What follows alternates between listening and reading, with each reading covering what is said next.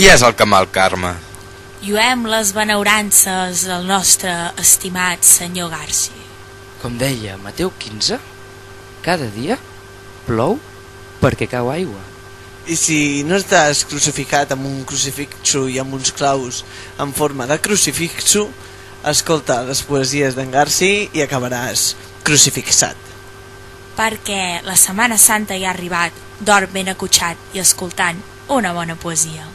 Salve Maria, Misericòrdia. Les poesies.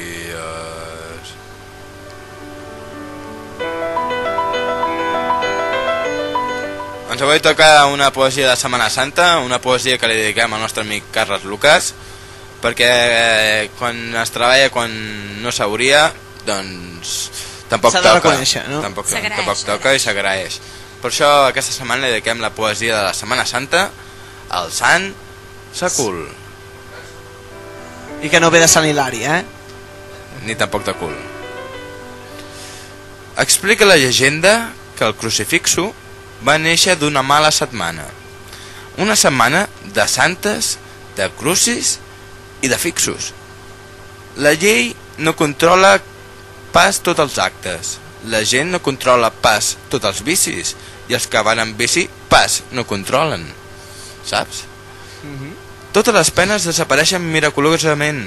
Tots els cossos estan banyats de sang vermella i les roses formen part de tota la indumentària.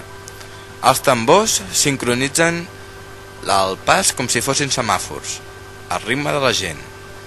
Caminen ells sobre claus incandescents, porten barrets d'espines en els cabells i un peculiar matamosques per espantar els borinots de les esquenes.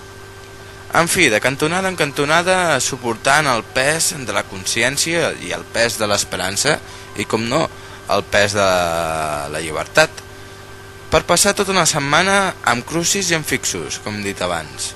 Sant Sopars i Sant Palmes, que són les palmes de beneir. És del diumenge. Salut, bona Setmana Santa. Disculpin les molèsties amb les santes i els crucics i en Sacul. Aquesta ha sigut la poesia de la Setmana Santa. Esperem que la Setmana Santa que ve n'hi hagi una altra. De l'AM. Per tu.